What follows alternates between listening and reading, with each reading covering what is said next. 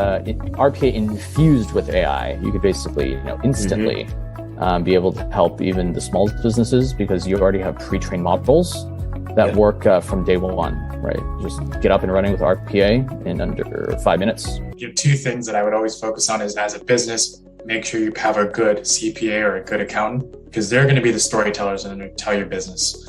They're the ones that can look at this business from a different perspective and tell you what historically it looks like, what it's going to look like from a forecast, runway, those types of things. I do want to have more availability to spend with family and friends and to serve the community and to do all of those things.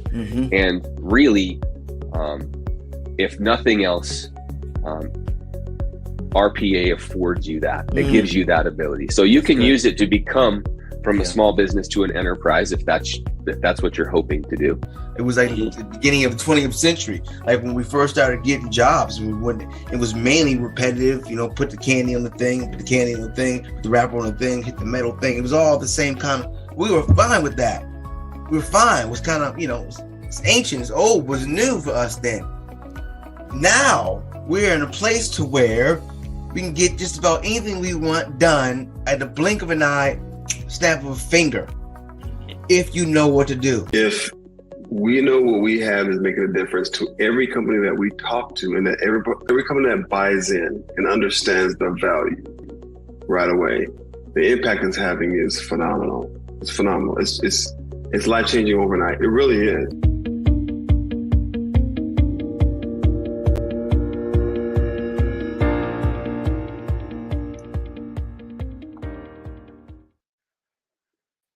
I'm your host, Rob Howes, co-host Wilson Rogers. We have another great guest, great conversation, and great opportunity for people who are listening. Welcome to the show, man. What's up, dude? How you doing, man? How's things going? Every day is a great day when I'm talking about it. Right. There in itself lies the attitude of gratitude. I'm grateful, man, to have great people to dialogue with. I mean, our guest today. So, first of all, let us know where you're watching the show from. Are you watching live or replay? And let us know what country or city or state you're in. I always love seeing where people are from, checking in. We're live on LinkedIn, YouTube, and Facebook. So thank you for everyone's eyeballs who are here. Okay.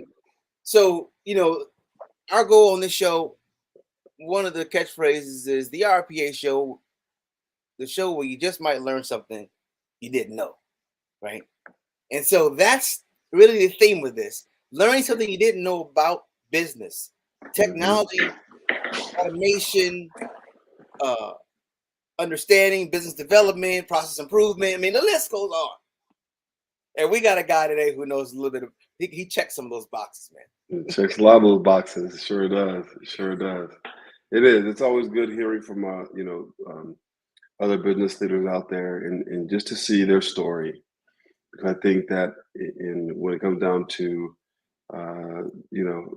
businesses, we all, even though we come from different paths, we all witness or we all experience some of the same things, just in different areas, in different ways. So it's definitely good to hear how we've been able to overcome and get through and continue growing and moving forward. So yeah, man, it's gonna be fun. That being said, let me welcome our guest to the show, Matt Guse. He is the president of MRS Machining. Welcome to the show. I am happy. We are happy, man, to be sharing this virtual stage with you today. Well, thanks for having me. I'm happy to be in the house. Yes, man. You are in the virtual house. And so, I told you I listened to a few of your podcasts. It's a pretty interesting thing. We got to get to later we're going to get to how you lost the bet and you had to pay in goat to your daughter. We definitely got to get to that. Okay. But for now, let's start off with your story, man, Matt. So how long have you been in business? Before you tell your story, how long have you been in business? We started since '86, so this will be our 37th year, I believe. Okay. If my math's correct. Okay. 37 years in business. Ladies and gentlemen, it started in Dad's garage. Matt, take us from there. So yeah, how much time do you got? No, I'll try to be brief as I can. So I grew up in a small rural town here in Augusta. Still living here. I was born and raised on a kind of a farm out in the country. And when I was in 8th grade, we moved to town because we played sports. And my dad had been a machinist, and he worked at a place. Actually, it's the building we're in today. And so I started working there naturally. And that my senior year in high school, I was signed up to go for machining tool, and he was going to pay for it all. And he ended up getting killed in a car accident. So both me and my dad were like literally out of a job, like, overnight. So that place decided to close up. Their family knew nothing to do with it. And my dad was friends with the customers, took material and put it in his garage to store it. Well, it turned out we naturally got into business by accident because we didn't have no plan. We didn't have nothing. And someday in my book I'm writing, it's called Machine Shop 101, How to Be Successful, How to Fail and Be Successful. And so my dad said, well, I'll give it can you finish those parts, Raj? And my dad says, well, I got this old bench top machine in my garage. I'll give it a try. So he did. And he did a good job at it. Well, I'm a senior in high school. I'm signed up for college. So I go to college and get my machine tool degree. My dad kind of just, scraping the bottom of the barrel with jobs from his former customer. And, like every other kid, you want to get away from town for a while. So I ended up that summer meeting my lovely wife, who I'm married now for 33 years. And I moved up there for 2 years. And then what happened is I kept coming home on the weekends helping my dad. And he just kind of was doing it himself. And he had a couple of good people helping him. Well, the year I got married in 89, the day of my wedding, he says, Matt, you're getting married and you're going to come work for me full time. I said, absolutely not. 3 months later, here I am. So Here you are. yeah, here I am. So, we're both machinists by trade. We for me, finances almost all the way up to 2000 was like a checkbook. That's all. If the checkbook was more in it, we're doing good. If there's nothing in there where we're not doing so good.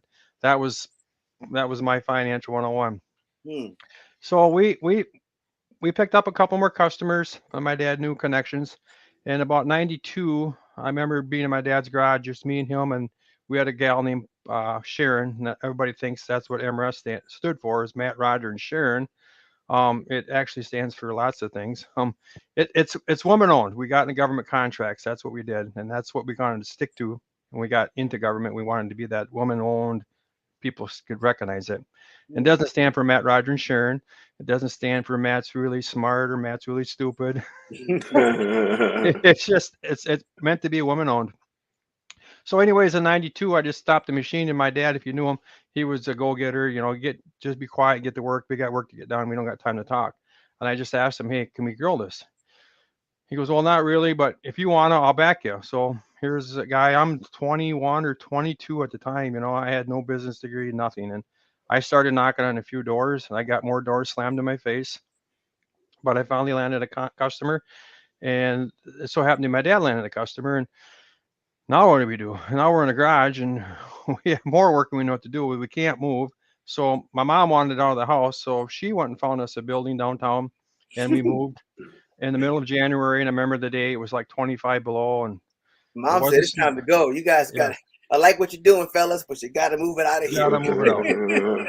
And so we moved, and then we hired a few people, and we stood down there. We got up to about 10 employees. I had no business plan, no nothing. We just seat of our pants the whole way. So then we grew, and then we ended up getting a government contract, and the government inspector came down, and the Army guy came down and says, where are you making our parts? And we said, right here. And he said, no, you're not making it. We're a clutter mess. What's 5S, what's 6 Sigma, what's all that? We had no idea. Well, he said, you got 30 days to find a building, get it up and running, and we're pulling the contract. Well, now here 80% of our business is in one place, and we had to react fast, and we did, and so what I learned over that short time, I needed people smarter than me to help me. And so to my philosophy today, even I hire people smarter than me, and I get out of the way. That's a key. That's it. It's hard to give that control to somebody else, but if you're going to spend 10 hours doing it when they can do it in an hour, well, it's much smarter to do that. and you can go spend time with your family or do whatever, or work on your business. Mhm. So anyways, we moved, we got it set up. We had 2 buildings. It was a real stressful time for us. We had employees in both buildings, and that's why I lost all my hair during that time. And then in 2000 hit, we grew up to about 20 employees.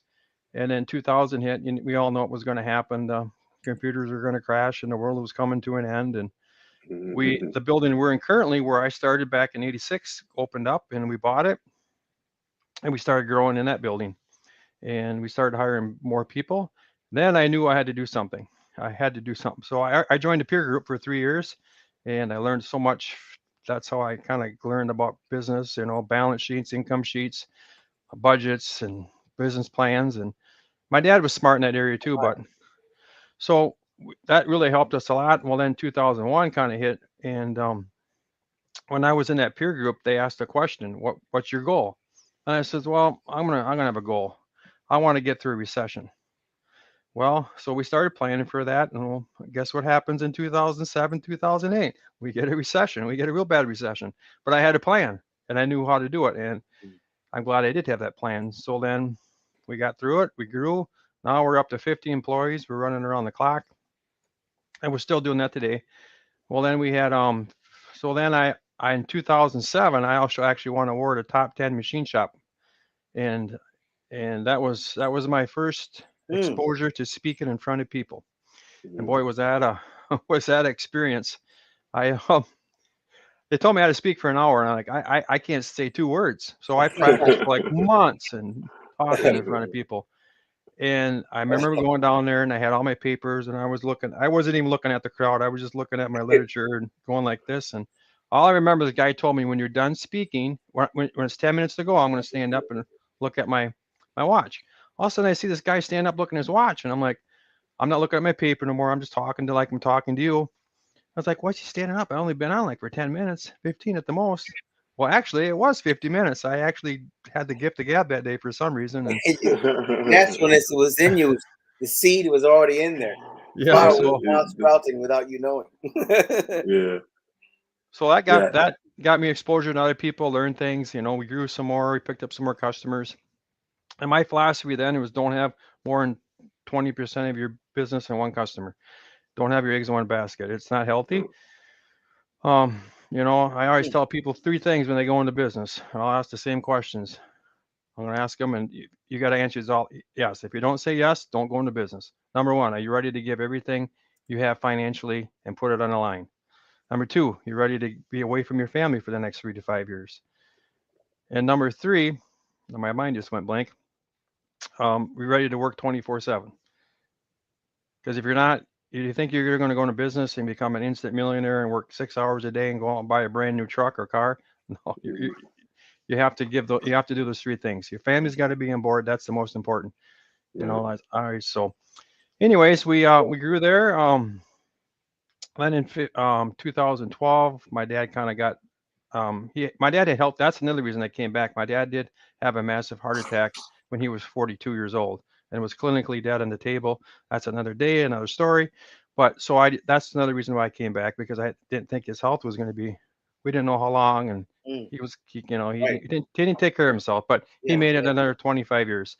So in 2013, be short and simple, my dad passed away, and that's like losing your best friend. And I get a little emotional over it, because we were like this, we did everything together. Yeah. So it took me 6. That's when the people I talked about, hiring smarter people than you and hiring good people and letting them have control, that's when it clicked.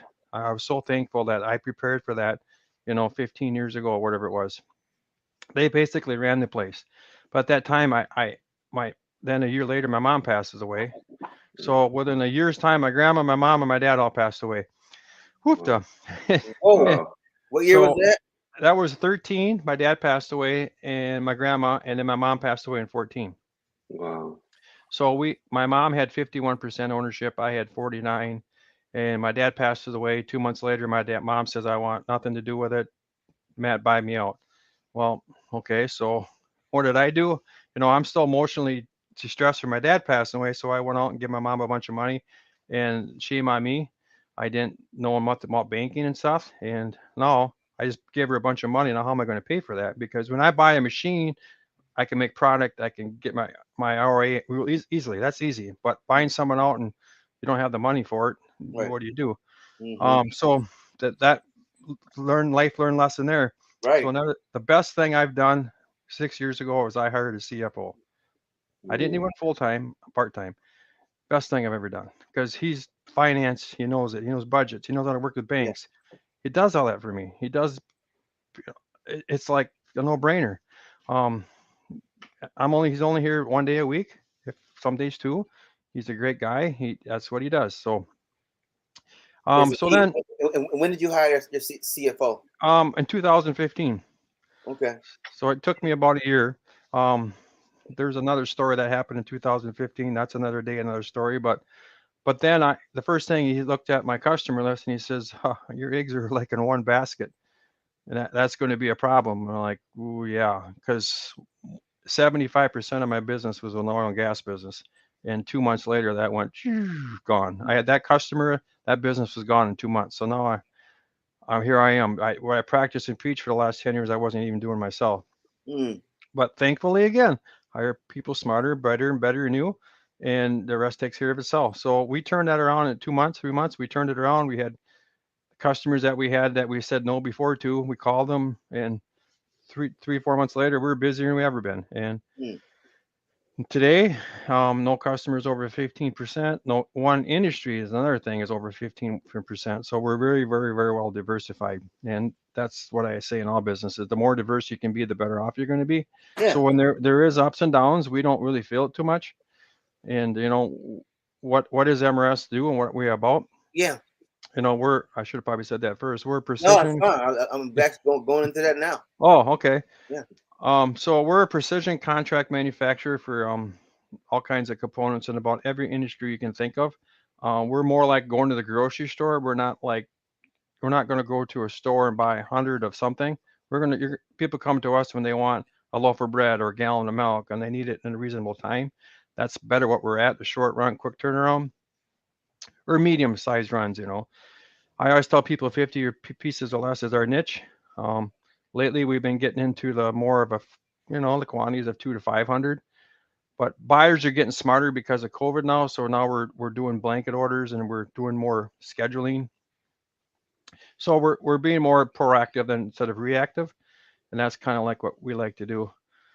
And see your team there. Nice, you got a nice team there. Oh yeah, that's actually a little older picture. But a lot of the key people, when our turnaround here is like we don't have a lot of turnover. We do, everybody has life experiences, gets better opportunities, and they have to move on. But we're 85, 90% over 20 years retention rate, and if someone can get a better offer, a job, I'm more happy to help them out. If they're going to go degrade themselves, I'll talk them into not going. But if they're going to better themselves and it's a better opportunity, that's what I like to do. Yeah, that's awesome. And you also so you built a nice culture. You've sustained business for decades, but you're also helping the community. You're helping our younger generation, with the student run program, and I want you to touch on that and why you started it. So essentially, guys, what Matt is doing is providing opportunities for young people to learn about machining and in this space, in this field, get educated and also get employed, right? All that good stuff. But let's talk about like why and how that started, and basically you go from there, the how and why. Well, first of all, when I was in high school, I was told I was going to be a loser and you got to go to this industrial job or in the shop. That's where the trouble kids go, because you're not smart enough, you're not intelligent enough to go to a 4-year college. And I had a teacher that day really challenged me and told me that, and that kind of sunk in a little bit. And I'm glad to this day, I'm thankful for it. At the time, I just was ready to, I was so mad, but so that kind of sunk in, and I knew there's people out there like me that, I can't sit in a classroom and have a teacher talk to them and try to stay focused, because I'm the kind of guy that learns by hands-on or experience. And I know a lot of my friends were, and I know a lot of people out there are, because, you know, truthfully, everybody's got gifts and talents. You know, they just don't know how to find them. So that's my goal every day, to have kids. You know, and so I tried doing it here myself, and we failed. In 6 months, what I did is I went to all these fast food restaurants and hired people away, because that's where no one else, that's where they worked. But I failed in 6 months. Well, it so happened I met this guy by the name Craig Krakowski down at IMTS in Chicago. It's a big international machine tool show.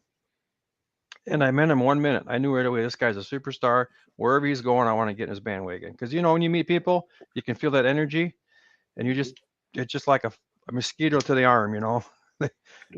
And so he said he was going to school to be a tech ed teacher. When he got a job, he had to reach out. Well, 6 months later, he got done. He graduated from UW Stout here up the road. And he got a job in Leverstrom. So he called us up, told us where he was. And if he asked, he could come out and talk to us. Well, my dad always had a saying, one hand's for giving and one hand's for receiving. Well, so that day he had a hand for giving, and he ended up giving him a lathe and a mill and a saw. And my dad, I said, "Whoa, Dad, we're getting a cart in front of the horse a little bit. Craig's got to go get it cleaned up." So I just kind of just helped Craig. Craig would call me, ask questions. "What do you think, Matt?" We brought in another guy by the name of Dan Conroy up from Nexon, up about 2 hours north of here. And we just started brainstorming, and naturally these kids were they had no future.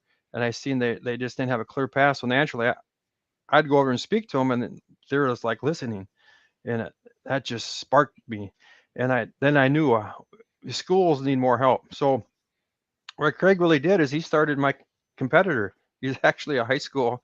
If I'm threatened by that program with 2 hours a day and 100% turnover every 2 years, I got other problems. But you know what we focus on is the soft skills, because if you don't have soft skills, you can't teach the hard skill. It doesn't work. You know, they don't show up, they don't play nice together. So we teach that and focus on it. That school's got 180 kids, plus or minus a few, and over, I don't know, I know 80% of the kids now are in that program. So they start in 7th grade and they go to 12th. And they start out with woodworking. Well, first of all, what we do, soft skills. First thing we teach them is how to dress properly and how to shake a hand and how to say hello, because that's where it all starts, being played. And that's the things that when I go speak to schools now, I always call them the 3 things of life and career success. And I keep things in 3s. So that's actually scientifically the way to do it. Yeah. So, you know, because it's, you know, like the 3 F's I always use, it's fail fast, fix fast, and forget fast. And I got that from being a football and a basketball official. Yes, right. That's right. You are NCAA football official, correct? That's correct. Yeah. That's there again. That's another day and another story. But you know, the reason I officiate is in high school and stuff, in college, you look for talent. You know, you can go to a school and sit down and have a career fair and meet people. So here I'm gonna go back to my 3 things. But to see him on the football field and see him on the court and see him interacting with other teammates, that's what you want in your business. That's what you want. That's who you want working for you. You do. They can, yeah. So they don't really know I'm there. So when they come and apply here, I know where they're at. I know where they played. And I say, hey, you had really good sportsmanship. You had really good leadership skills. I want to talk to you. So that natural energy just comes in. So the 3 things I always tell people, you know, if you want to bring kids in your facility, you know, you got to go to their building, tell them how important they are, and invite them to your building. So when we bring them to our building, is that we give them a tour. And then the secret sauce, I always say, is give them food and give them a T-shirt, because they go home with a T-shirt and they go home with a good meal. And I still have kids telling me that meal you had that day 10 years ago, I still remember them hot beaks. And then if they still sparked an interest, then we invite them in to do a job shadow, you know, walk around with different team members, give them different jobs. And then the third thing is, if they like it and they're still interested, well, then we talk about career opportunities. We talk about longevity. We talk about them staying full time. So it works out pretty well. That's pretty cool. That is pretty cool, man. Yeah. That is really cool. I think it's important to have people like you have educational programs like that, and the reason why we're cut from the same cloth. What you're talking about is something same path we've been. Like I said, that's a whole different story too. But I'm the same way as far as my learning, as far as the way I approach things, those things, as far as being an entrepreneur, which you had to have. But you also had to have to experience it to be able to teach it very well. Because when you're reacting to kids and you're talking to these or talking to people, they're going to come at you from different angles. And just like you said, when you were having a speech, you didn't know what to say with all these papers, it took you 50 minutes. It's because you were natural. You knew everything, right? It just, you show up and you start talking and it happens because of your experience.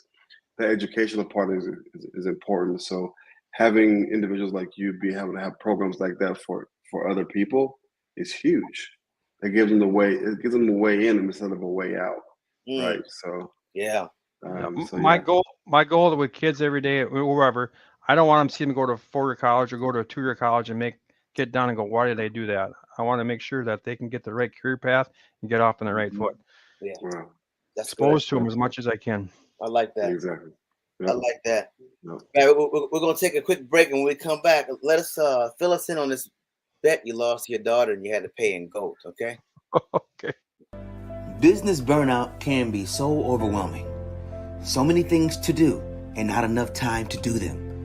Deadlines to meet with time ticking away quickly. Multiple repetitive tasks that must be completed every single day.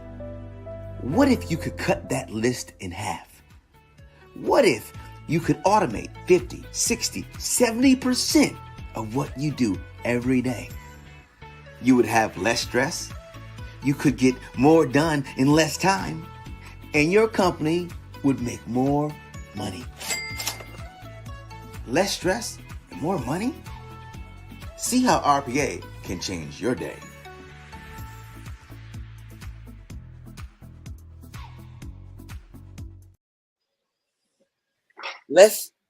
We all like less stress and more money. I don't think anyone's upset about either. So, hey, I got the saying for RPA. I just seen that commercial, and I know what RPA stands for. Really positive attitude. Ooh, oh, I like that. Me too, man. See, the three things. Yep. I'm gonna use this as a clip. Yeah, because if you have RPA, you're gonna have a really positive attitude because you're gonna have less work. Oh, come on. Right. That's it. That's it. Yep. Cut, save. Yep. We can all go home now. We can all go home. Yeah, man. So tell us, man, what? Give us the context on this bet you lost and why you had to pay in gold. Well, my daughter, she's a wonderful singer and she does makeup. She does wonderful makeup and that's her goal in life someday, to be a makeup and get hired to do it and whatever. And she's got a beautiful voice, and she's had people following her in makeup and stuff. And she tells me she has like 500,000 people following her. And I think it was right before COVID, if I remember right. And she's always wanted an animal. I never gave her a horse, and now she wanted a goat. And I said, if you can get, I forget, like 500,000 likes on, if you sing Amazing Grace and get 500,000 likes, I will give you a goat. Well, that's easy. So she did. And oh man, I lost that in about I gotta hear this song. You know this, okay? What the heck? Wow. Yeah. First of all, that's incredible. Yeah, she's on Instagram and a bunch of them. I know one of them, Sassy Cassie, and I forget what the other. There's like about 4 or 5 of them. I'll send them to you. You'll get a kick out of them. Yeah. Let's send them to us. We'll say one on here on this comments are, people that are commenting can take a look at it as well. So that's pretty cool. 500,010. That's funny. That's funny. I never dreamt in a million years she got 50 likes. I thought that would be good, but wow, she showed me up. I tell you, we're in a new age, man. We're in this new age where technology allows you to reach far, vast, and if you happen to reach far and vast and have talent with you, value with you, you're gonna do well. Yep. Yeah. If you can bring value, you have that hook, that presentation, that hook. You 500,000. She has some kind of hook right there. Incredible. All right, Matt. So tell me, what is you've already been throwing out a lot of nuggets. You know, clearly you have a lot of principles and fundamental foundational principles that you live by, you're driven by, and you've even helped continue to build the culture in your company by. But still, give us your best piece of business advice. Your best piece of business advice right now. What would you say to someone? Inspiring people. I think, you know, everybody says, Matt, how you're successful. Well, my success is my team, hands down. What I do, I'm just I guess I'm just the face for the MRS machining. And people go, you have to do something. Well, I guess the smartest thing I do every day, first and second shifter, is I walk around and I talk to everybody. Well, there's good, and there's bad with that. The good is if someone's struggling, someone's hurting, I like to get that cleaned up right away, because that could become a cancer. If someone's having problems at home, kid here that worked for us here, we have my average age here is 30, and I had a kid that I was working with, great machinist, great guy, and he was sad and bummed. And I said, "What's the matter?" He goes, "Well, I can't really find a place to live. I gotta go. My landlord sold the place." Well, what did I do? I went and found him a place. Within a day, I went and called, made a few phone calls, and I go, "Here, go look at this place. Here's what the payment's going to be. We'll help you move." Bingo. You know. Well, now what do you think? That guy's, you know, that employee's going to be, you know, he just dove in deeper. He's all MRS. Right.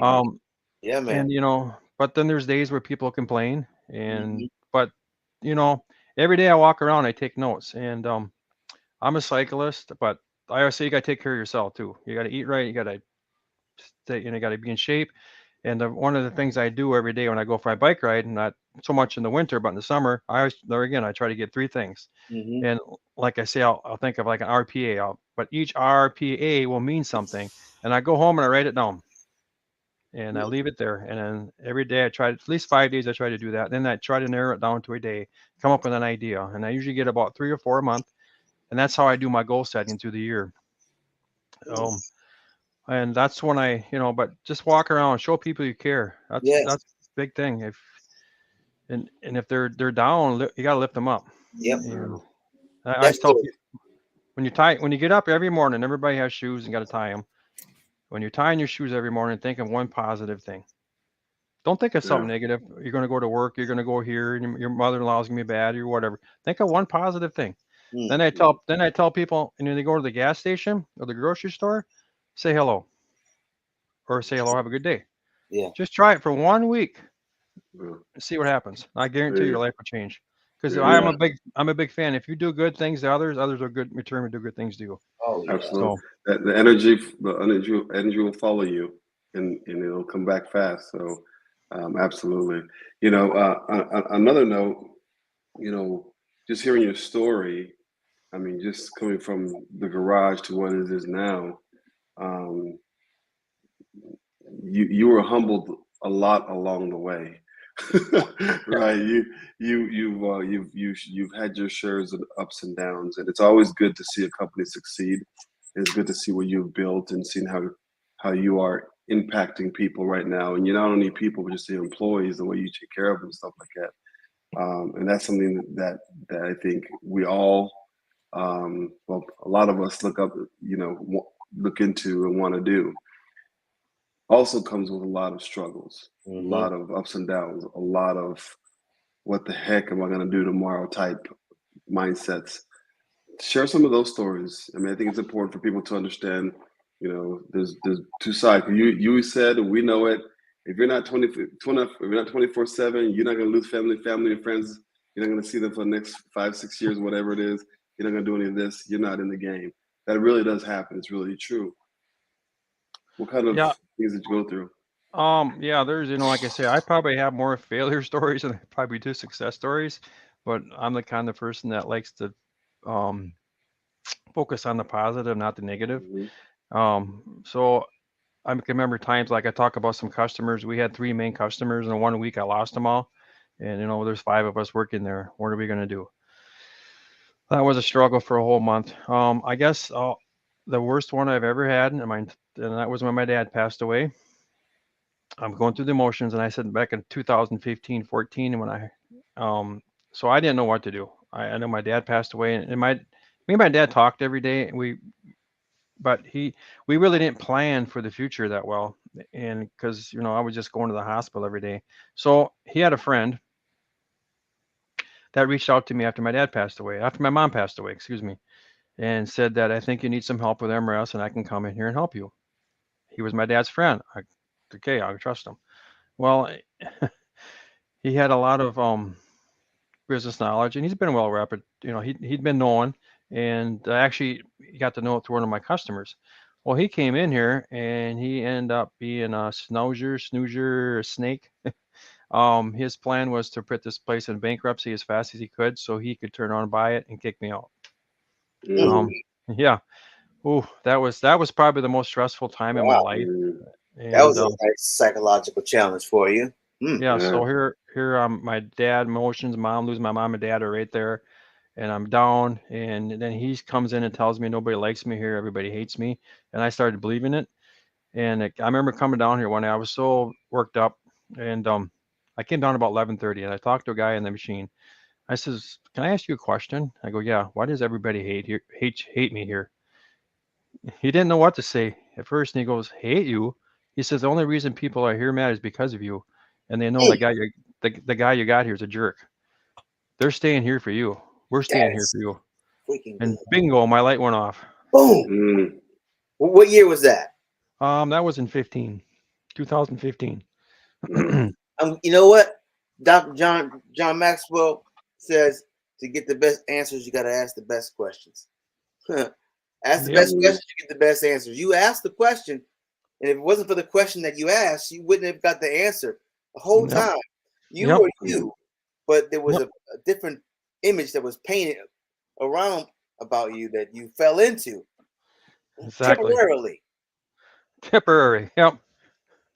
So and I think that's so important when you build something, when you personally build something, and you bring in someone that has credentials, has the paperwork to back it up, but doesn't have the character that fits.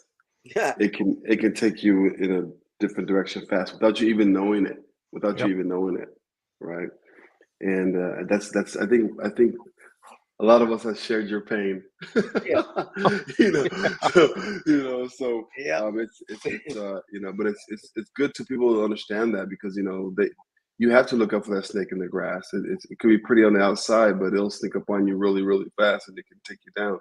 And I think that's really important when you're in business. And as you start seeing success and start seeing growth, that's when the heads start poking out more.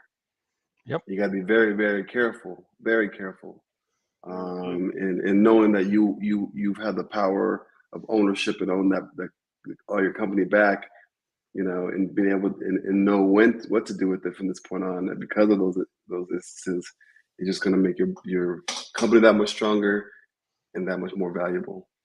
So yeah, that's when I knew. And so from that day forward, I always knew I had to give something back to the people. And so when I did hire my CFO, I wanted to do one thing. I said, this place is just as much mine as it is yours. And so then we came up with that plan of giving 40% of the profit back to the employees. And that's incredible. Yeah. And wow. So that scrap went, scrap was never really an issue, but we never had it no more then.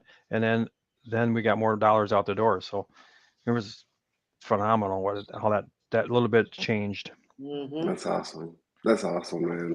I mean, 40%. What company do you ever see give that back to their employees, right? So, but being able to have the ownership that you have the capability of doing that before someone comes in here and tries to take that away. So that's pretty awesome.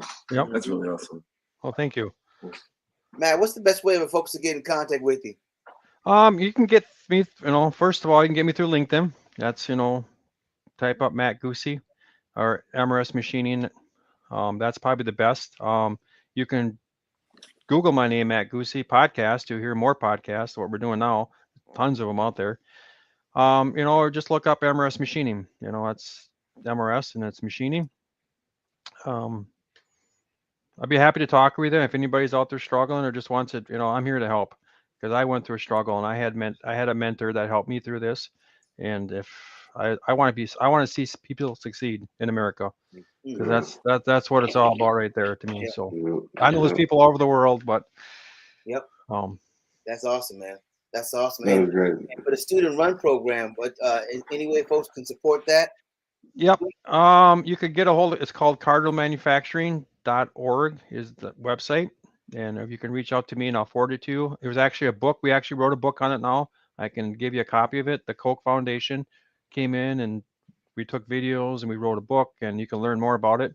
Okay. And I can email that to you. Yeah, I'll put that in the comments. That's great. That's great. Yeah, put in the comments and put in the body of the YouTube. Yeah, we'll make sure that those links are out there for people to grab. Awesome, man. Yep. Well, thanks for being here, Matt.